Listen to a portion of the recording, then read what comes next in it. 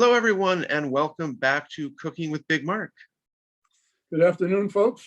It's a lovely day here in Boston, 70 clear skies, and a very lovely October day. And I'm doing something a little bit different than I normally do, which is touting a commercial product.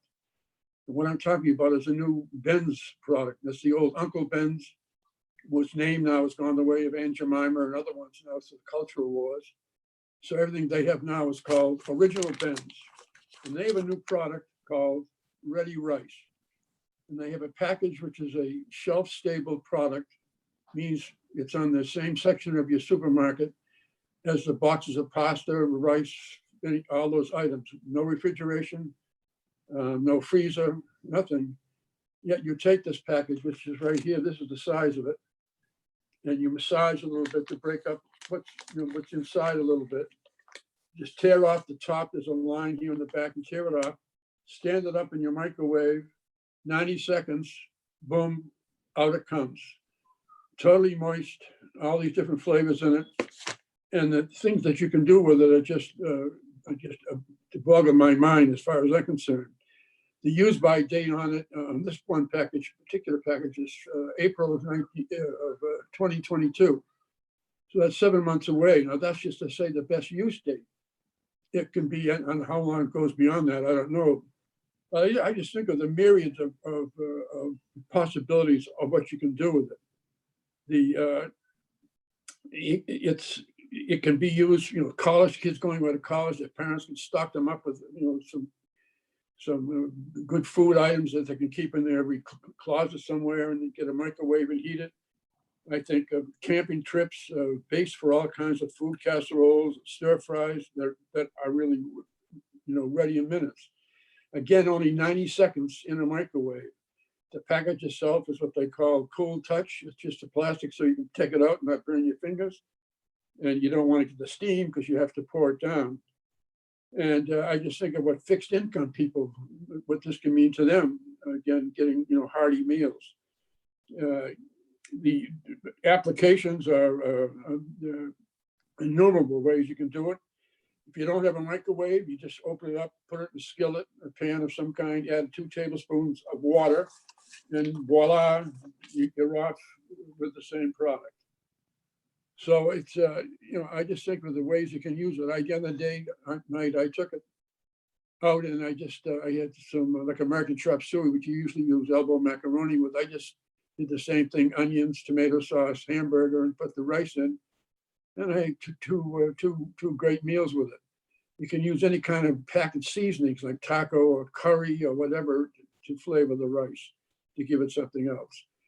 One big use for, I think, again, especially for people on fixed incomes or something who want to eat, you take things like those Progresso soups, which just a one canned soup, you don't add anything to them.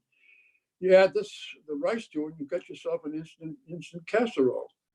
And they have some unbelievable flavors, mushrooms, Italian, clam, everything you want to do, you can do. So it opens up. You can add beaten eggs to it and end up with a frittata.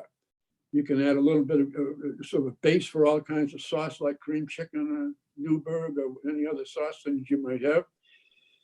And with the addition of a little cream, you can even come down, which almost simulates a risotto of some kind.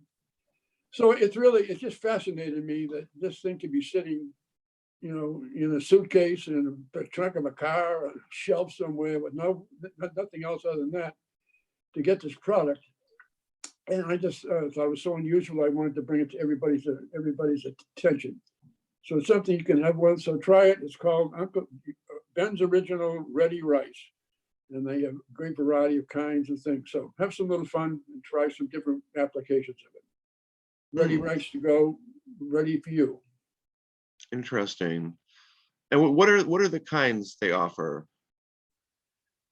You mean all kinds of rice, Mark? Everything: basmati, jasmine, long grain and wild rice, long grain rice.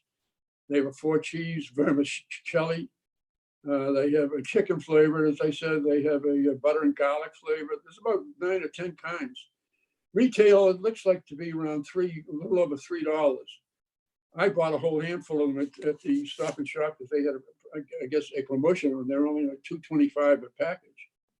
So I brought 8 or 9 of them. So, just to sort of try them. And it's amazing how the technology, it's got to be, it's not cryovac, but it's got to be some sort of vacuum pack that makes it shelf stable. That's it just, I think back to the old days of food was when I was young and what it's come to since my age at this point. It's just amazing technology and advancements that are made, to, especially in the realm of convenience foods. It's amazing. Very cool. So my beverage choice has absolutely nothing to do with Ben's original, but that's okay. You could certainly enjoy it with some basmati or jasmine rice that maybe you jazz up a little bit according to your recommendation. And this is going to be a Grillo. This is the big wine grape of Sicily. And you kind of focus in on this guy. They have wines from a number of Italian regions. The idea of this company, Poggio Anima, is that they're finding growers growing indigenous varieties in single vineyards, and they're kind of getting them out there with the catchy packaging. The creature pictured on the bottle is Uriel, the archangel.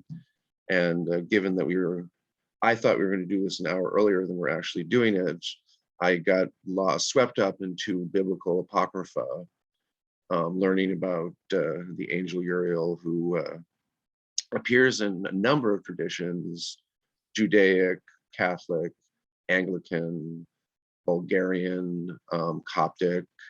The Ethiopians church, they have a belief that when Jesus was on the cross, Uriel came and took a cup of his blood and then scattered it around Ethiopia, and that's where all the churches were built. In around 745, Pope Zachary tried to curb people's angel worship, and that didn't really work out that well, because by the 16th century, the current pope approved a church being built in Sicily. Coincidentally, it's a Sicilian wine, by a friar who had Uriel appear to him in a dream, and the architecture was done by Michelangelo. He also appears in some current kind of science fiction, fantasy stuff, including video games. So really quite interesting. They have a pecorino that is named after the angel Gabriel, and then the reds are all named after fallen angels, including Lilith, who's not really a fallen angel. It's a bit gimmicky, but it caught my attention, so I guess it worked. So this is Sounds good. really light golden color. You're going to get a really nice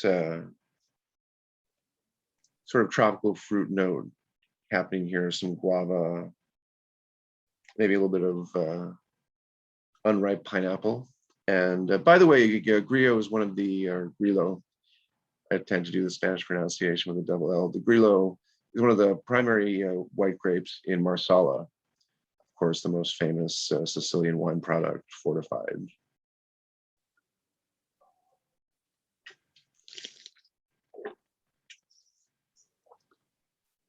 And this is fermented to be dry.